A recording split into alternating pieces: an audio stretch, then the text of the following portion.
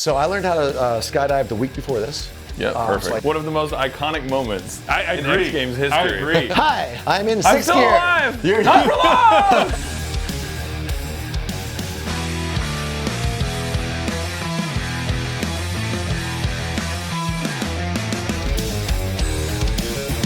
Three jumps, and they're like, yeah, which one do you want to do? And I was like, all of them.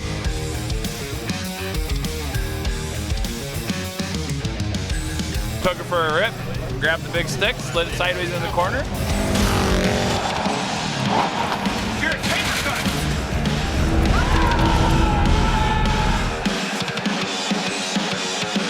Welcome to Black Rifle Coffee. I'm Richard Ryan, and today we have a very special episode of Reacts 2. I'm joined by Texas Dave and Travis Pastrana. Hi. It would be a missed opportunity if we don't show some classic Travis Pastrana here. 1999.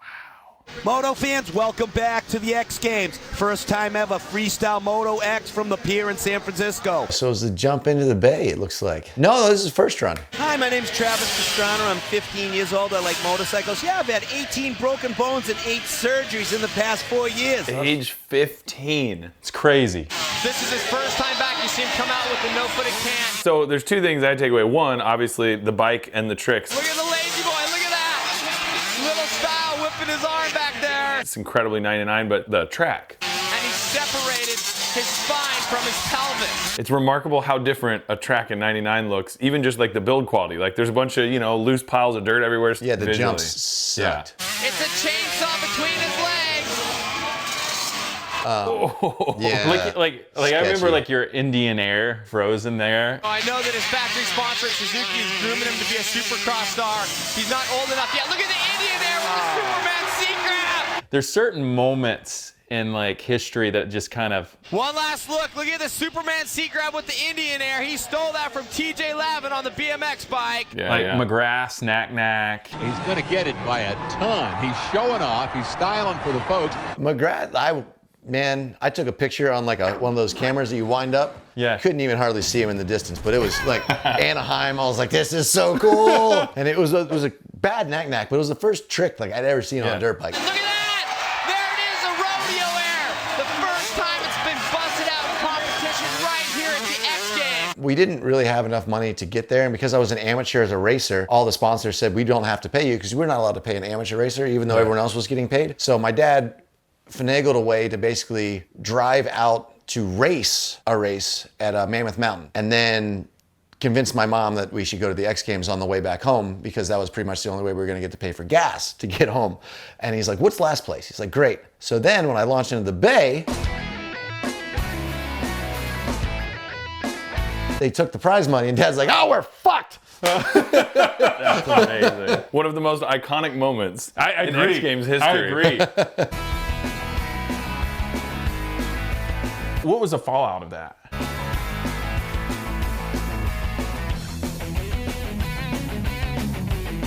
I got to keep the medal. My dad was like, fuck the medal. Prize money gone. No, so then we had to get the bike out of the bay and donate it to the clean out and whatever. But it was interesting because a guy named Trent Cameraman, first year working for ESPN, and he finds out about this. So he's walking, got all the backstory with my dad, and he's like, dude, I'm gonna get a raise. Like, this is gonna be great. Yeah. And then he goes up and they're like, give me the footage. And they took the camera and they're like he almost got fired. And then they gave a girl, Esther Van Hoisty, awesome. She grabbed it, put that tape, hit it. And it still may or may not exist somewhere, but ESPN still has not released that this ever happened. Whoa. Yeah, it's pretty wild. That's crazy. Who kept the bike? Did Fox or? So Fox they gave us gas money to get home, and for that they kept the motorcycle. That's so it's crazy. still over in Japan. Yeah, but no, it's cool. They stepped up for us. That's wild, dude. So Grand Canyon, this was an interesting one. Yeah. As Travis's thirst for adrenaline grew, he started searching for bigger and dumber stunts. So I learned how to skydive the week before this. Yeah, So I turned 18 and went out to Utah. And he needed to kind of sprout some wings and be his own person, and he's got to be accountable for stupid decisions and mistakes. Had Greg Godfrey said, hey, you always said you wanted to base jump. We can do it next week. I was like, sweet. So got like, I don't know, like 30 jumps in that week, which was actually quite Super a current, bit. yeah. Yeah, it was super current. But no one had ever done a backflip at this point. I'm real good with it. It's just if he wants that backflip on the first jump. So my dad's like, don't do a flip the first time. Just jump normal.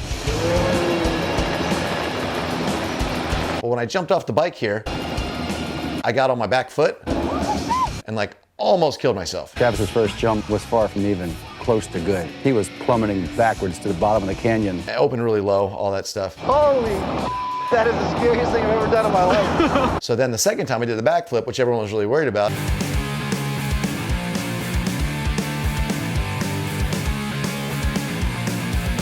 And it came around perfect.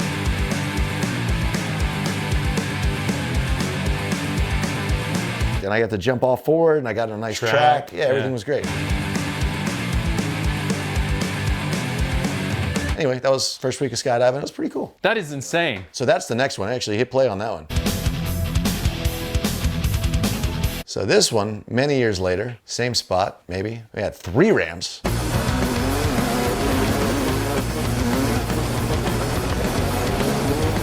I did a triple backflip, Jolene did a single backflip, and Jim, he learned how to skydive the week before, and he was like, this is horrible. I don't know why I'm here.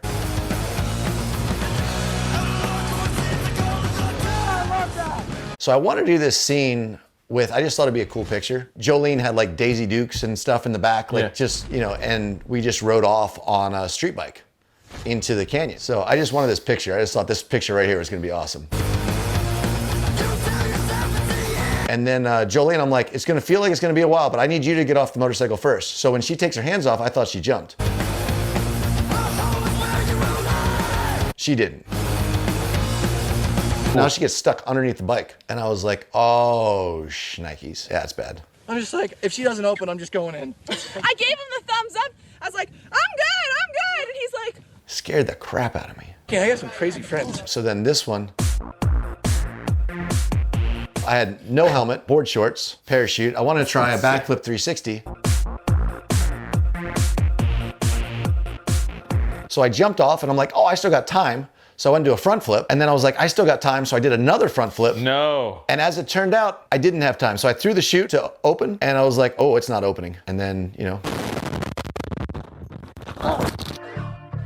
So I should have worn a helmet. Actually, I broke my ankle. My head was fine. He's never base jumping again, he just told me, and he's got cactus poking out every inch of his body. So you were jumping base rigs or skydiving rigs? Base rigs. Okay. So I thought that I saw the motorcycle over top of me, but it was a helicopter. And instead of tracking, I was like, oh, cool, I'll do another one. And when I did the second one,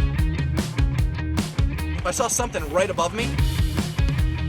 And I thought, if I open right now, I'm done. So I took one last glance up, and then at that point, it was, you know, a little too low. As bad as it went, it couldn't have gone any better for that situation. No, seriously, I have cactus everywhere. You know what's really cool about this? The problem is if you crash, you die. Well, not die, but you're not going to be happy about it. The military community, evidently they were showing this live. body armor on, Trav. All signs point to a double. Are we going to see it? And so many guys were like, oh, I was stationed here, I was here, and I saw this. It was 2 a.m. in wherever, and it was really cool how many people in the military community, how many veterans like actually come and they were to tell me exactly where they were, and that, you know, kind of put a smile on their face. So that's kind of cool.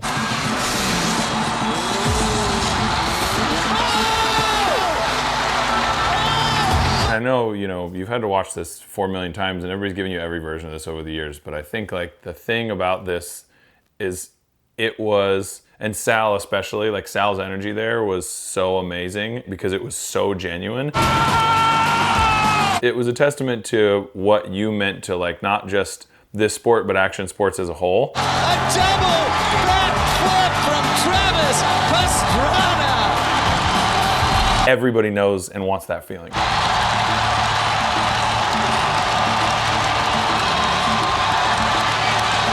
Everybody wants. Got cold chills. Yeah. Like the level of enthusiasm that you brought to the sport. It was so real.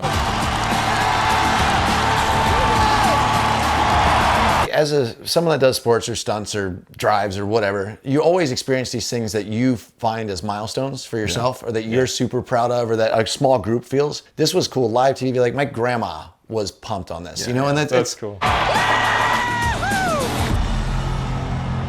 you believe that? Oh yeah, this is really dumb. No holds bar, no speed limits, no guardrails, big exposure. It's pretty much the craziest thing ever. No, this one's sped up. It's not real.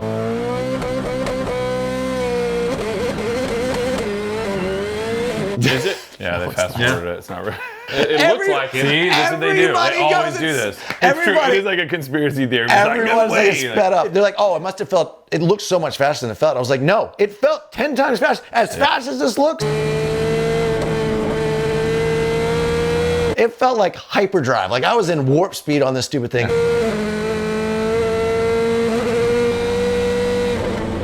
This vehicle is way too fast for that little tiny road with all those freaking hills. The widest body, most stable stance vehicle that Super Motorsports USA has ever made. And every time you see the thing jumping around, it's actually like off the ground. Yeah. So like you go from the trees here, which, you know, top speed of almost 140 up this little narrow road. I'm good. And when you jump anywhere, it puts you a couple feet wider or to the inside of where you wanted to be. Because I went up on this car, right, that was a lot slower than that, like a rally car. Yeah. I only process corners that I have to brake for, or lift for, or whatever. So when I went up on this vehicle, the Gymkhana 860 horsepower vehicle, double the power of like a rally car, all of a sudden there were like double the amount of corners. Because all these corners were wide open that did not matter, like not didn't matter, like you could just drive through them. But now I had to find braking points for all of those, so.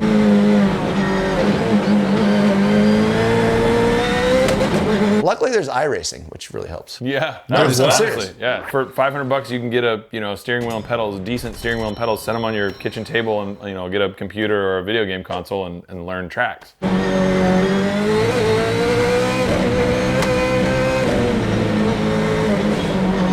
This came out the same day that we were up on this mountain. iRacing came out with the whole course. So I called up the guys there and I was like, hey, like, were you developing this game? Because it's coming out, it's gotta be close to done. They're like, yeah, it's done, but we only have it like on our computer right now. So I was like, where's your computer? They're like, oh, we're just outside of Boston. I was like, perfect. I'm gonna fly into Boston as opposed to Vermont, and I'm gonna spend 2 days up with basically just on the simulator. Oh, so they that's set awesome. me up, and that helped this so much. Like, the dirt was the only thing that felt a little different on this compared to the iRacing, but just to know your kind of braking points was really good. Huge. Hauling. It's terrifying. Yeah, it sucked. I got to the top, they're like, you want to try to break your record? I was like, absolutely not. We could do a faster car. I'm like, no, sign me out. Yeah. That's just you, Dave, you got that. No, I'm good. No, I'm actually sick that day, but thanks.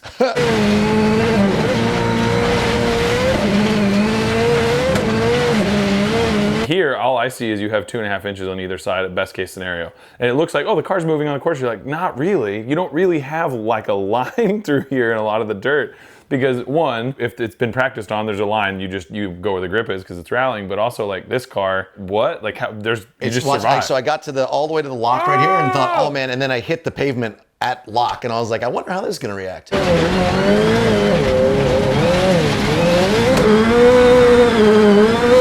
So this vehicle is wider than an F-350. Like I have a lifted F-350 at the house, and that's what you don't realize. Like it was built for hill climbs, but we didn't really think of how narrow this was. And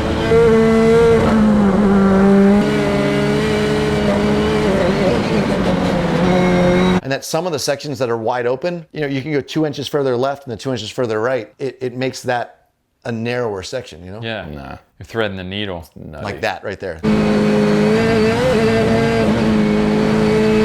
Like anybody who's watched you compete knows what like zone you're in when you're competing, and it's funny watching your face here and you're like, no, that's it, he's at 11. That's 11. The numbers all go to 11. Does that mean it's louder? Is it any louder? Well, it's one louder, isn't it? There was a little straightaway where I didn't have to worry about anything, and there's always someone waving there.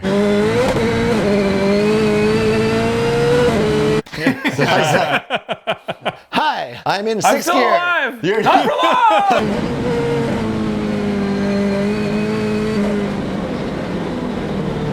When you finished, did you just immediately know you fucking destroyed the... Actually had no real idea. I thought with the car, it should have been faster, but I came across the line and it's one of those like that's one of those few races where it's not like, how'd I do? Or, you know, you care more about, you're just like, I'm alive, give me a second. made it. Just Totally. give me a second.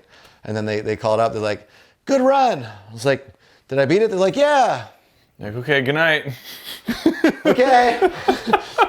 What can you do better on the second run? I was like, should there be a second run? Yeah, like those things and scene. Man, what a great run. This car is amazing. So Texas Dave, tell everyone where they can find more out about you. Yeah, rallyready.com is our driving school, which is Rally Ready Driving School just outside Austin, Texas. On Instagram, it's at rallyready or Texas_Dave. Easy Dave. We'll put links in the description for you guys at home. Travis?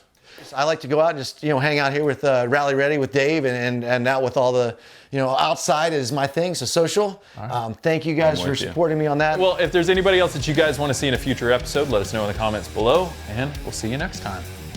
We raced the New Zealand 1000 in 2017. It's supposed to be a 1,000-kilometer off-road race. We're in a UTV, and we show up, and it's pouring, pissing rain. It's the worst thing ever. So my friend invented this trick, rodeo. It was on a trampoline bicycle. He actually crashed. Poor Chris. He walked right after that one. My dad got so much joy, you know, ex-Marine. He just likes seeing people in pain, I think, just in general. So who ran you through your first base course? Base course? Yeah, or you, shut up. You didn't do a base course. No. Shut up.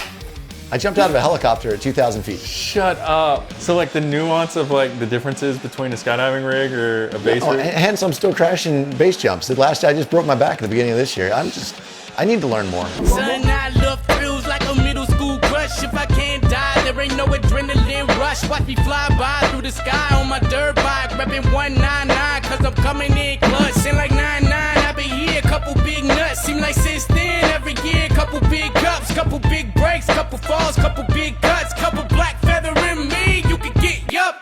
Yeah, I should've wanna try me. Ask me what's my sign, told him 199. Want me hook up to an Ivy, want me going out my mind, told him 199. Yeah, I should've wanna try me. Ask me what's my sign.